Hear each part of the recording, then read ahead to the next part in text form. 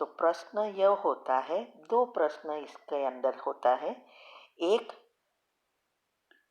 लोग आत्महत्या क्यों करते हैं, और दूसरा, आत्महत्या करने वाले को क्या सजा मिलती है। ये दोनों हम आज समझाएंगे। तो पहले तो हम ये कहेंगे कि ये जो आत्महत्या करने वाले हैं वो पहले अच्छी रीति समझ ले कि क्यों आत्महत्या नहीं करनी चाहिए। उसकी भोगना कर्म के नियम में सबसे कड़ी ते कड़ी है। जैसे ये जो मन की भोगनाएं हैं वो भी कड़े ते कड़ी है, लेकिन इससे भी कड़ी आत्महत्या वास्तव में आत्महत्या नहीं है। आत्मा की हत्या कोई कर नहीं सकता, लेकिन शरीर की हत्या, और उसका परिणाम बहुत भोगना पड़ता है। उसके लिए हमने पीछे से अच्छी रीति समझाया है कि क्यों नहीं करना चाहिए, वो बाद में मैं बताती हूँ। पहले तो ये समझना है कि आत्महत्या का करने वाले क्यों करते हैं, कारण क्या है। तो आत्महत्या का कारण वैसे तो बहुत है। आजकल की जीवन शैली अनुसार बहुत कुछ लाइफ में होता है, और साथ साथ हमारे पिछले कर्म भी होते हैं, और हमारी नेगेटिव व्यर्थ से हमारे और ही हम पाप कर्म बढ़ाते हैं। और साथ साथ आजकल ये मीडिया, टीवी, मोबाइल, ये जो सब है उसमें सारा दिन हम रहते हैं, तो जो देखते हैं सुनते हैं वही विचार उत्पन्न होते हैं, नेगेटिव, व्यर्थ, टॉक्सिक, चाहे वो खुद के हैं, चाहे दुनिया के लिए है, चाहे मूवी में से है, चाहे सीरियल में से है। तो ये सब जवाबदार है। तो हम जो देखते हैं सुनते हैं उस अनुसार ही स्मृति बनती है, और विचारों की उत्पत्ति होती रहती है। हमारे हर एक विचार हमारे अंदर रसायन उत्पन्न करता है, जिसे न्यूरोट्रांसमीटर कहते हैं। सारी सिस्टम को चलाने के लिए ये न्यूरोट्रांसमीटर मुख्य काम करता है। हमारे सात चक्र के साथ वो सारे जो ग्लैंड्स है, वो ग्लैंड्स में ये न्यूरोट्रांसमीटर्स उससे जुड़ा है, लेकिन उत्पत्ति उसकी होती है माइंड के अंदर न्यूरॉन द्वारा। हमारा जीवन और शरीर दोनों का आधार ये न्यूरॉन है। तो ये जो हम जब नेगेटिव, व्यर्थ, टॉक्सिक विचार चलते हैं, भले आप नहीं सोचते फिर भी वो चलते ही रहते हैं, क्योंकि आपने सारा दिन वही भेजा है। और उस वही चीज, संकल्प एक स्विच है ना, तो वही चीज हम 4 फीट के हमारा जो सूक्ष्म शरीर है उसमें से वही नेगेटिव एनर्जी खींचते हैं। इससे हमारा जो स्ट्रेस हार्मोन्स है वो बढ़ते हैं, और ग्रोथ हार्मोन्स कम होते जाते हैं। हर एक चीज बैलेंस चाहिए। तो अभी सब ये इनबैलेंस हो गया है। साथ साथ हमारी स्लीप साइकिल और बायोलॉजिकल क्लॉक भी अपसेट हो जाते हैं। डीएनए जो सेल से जुड़े हैं सब मर्ज होते जाते हैं। इसीलिए जब हमारे मन में बहुत विचारों की उत्पत्ति होती है, तो हमारे अंदर शॉर्ट सर्किट हो जाती है। जैसे घर में भी अगर अर्थिंग टूट जाता है तो घर में भी शॉर्ट सर्किट होती है ना, सब कुछ जला देता है या शॉर्ट लगता है या कुछ होता है। ऐसे ही हमारे ब्रेन में भी जब स्ट्रेस बढ़ जाता है तो हमारे अंदर एनर्जी प्रवाह, जो परमात्मा की एनर्जी है, कॉस्मिक पावर है, साइंस अनुसार करंट, वो कम होता जाता है, तो हमारे अंदर भी शॉर्ट सर्किट हो जाती है और हमारा मन एकदम काम नहीं करता। उसको कहते हैं कुंठित हो गया है। उसको समझ में ही नहीं आएगा कि क्या करे, कैसे करे।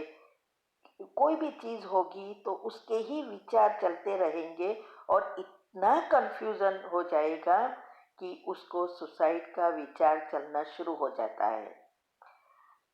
तो इससे हमारे अंदर ऐसे रसायन हैं जो हमें सक्सेस भी दिलाता है और असफलता भी दिलाता है, क्योंकि वही रसायन, जैसे हम मेडिटेशन करते हैं, पॉजिटिव विचार करके हमारे जीवन में कुछ पाना चाहते हैं, सफलता पाना चाहते हैं, कुछ चीज चाहिए, तो उसके लिए हम विचार चलाकर उस हार्मोन्स को बढ़ाते हैं।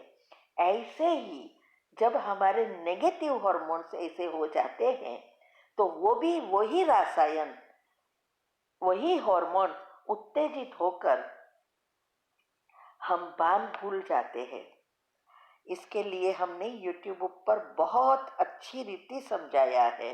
हेल्थ एंड माइंड के टॉपिक में जाएंगे तो सारी सिस्टम समझाई है, सेल्स, हार्मोन्स, न्यूरॉन कैसे काम करता है, सबकॉन्शियस माइंड के नियम क्या है, स्ट्रेस कैसे होता है, स्ट्रेस से डिप्रेशन कैसे होता है, हमारे संचित कर्म साइंटिफिक रीति से कैसे चलते हैं, बहुत कुछ राज रखा है।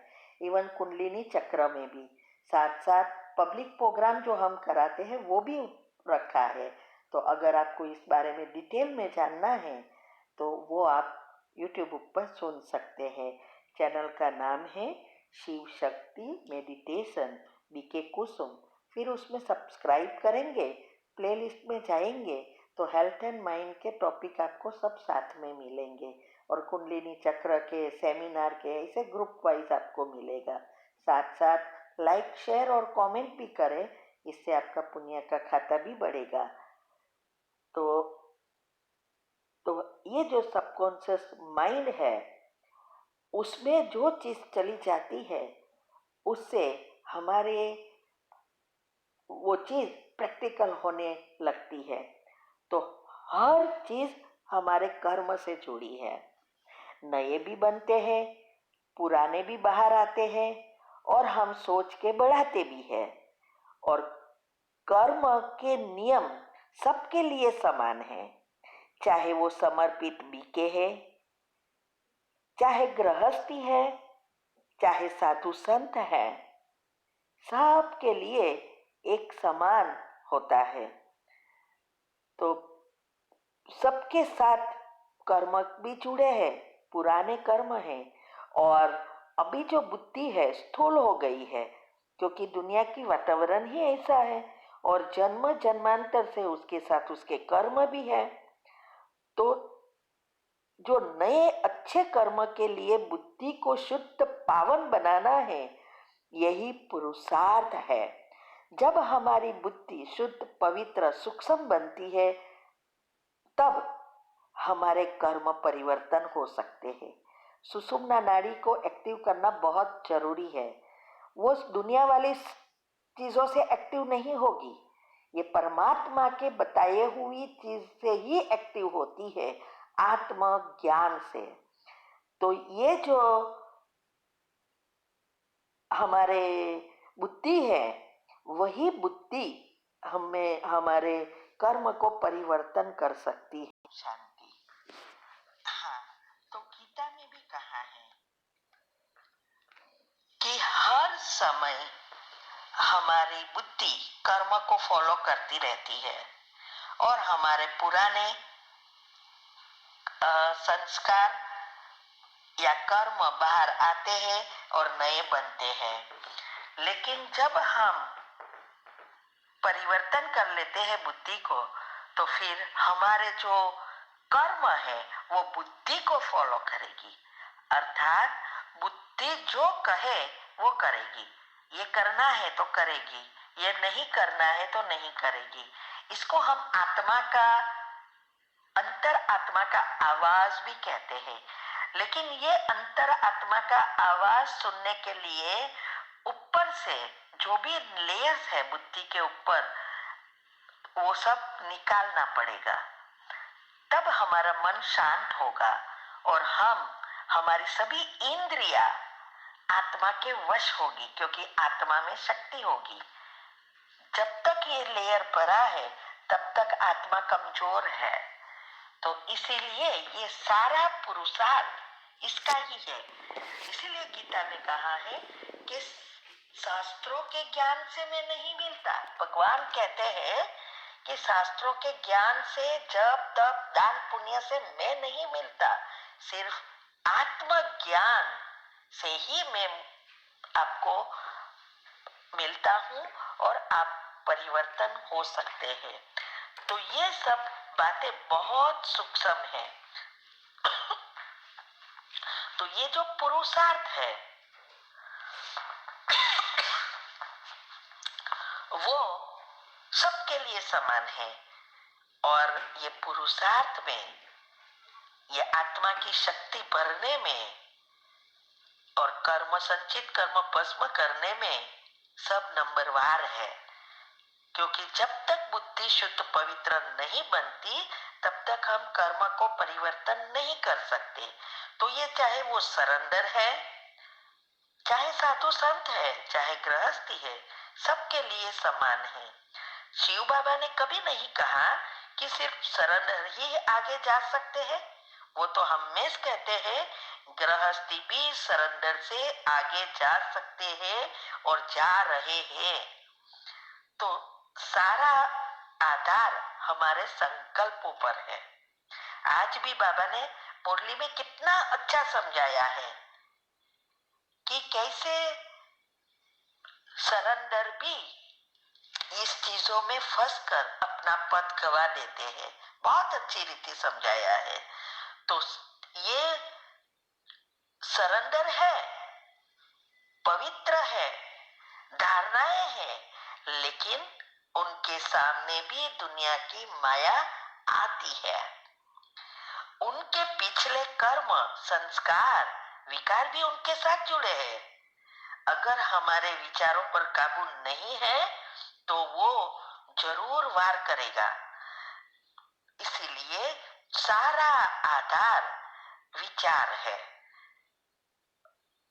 कौन कितना परिवर्तन करता है, ये पहली स्टेज योग की हमारी जो 4 अवस्था है उसमें पहली स्टेज ही महत्व की है। वो ही सारे विचारों को परिवर्तन करती है, 7 चक्र के लेयर्स पॉजिटिव बनाती है, डीएनए वगैरह सब रिसेट करती है, सब उसके साथ है। इसीलिए पहली स्टेज की पक्की करनी है। हम दूसरा एक टॉपिक बना रहे हैं कि हम कैसे ज्ञान में आए और लौकिक में रहकर अलौकिक में कैसे परिवर्तन किया। तो ये बहुत अच्छी डिटेल में हम बना रहे हैं।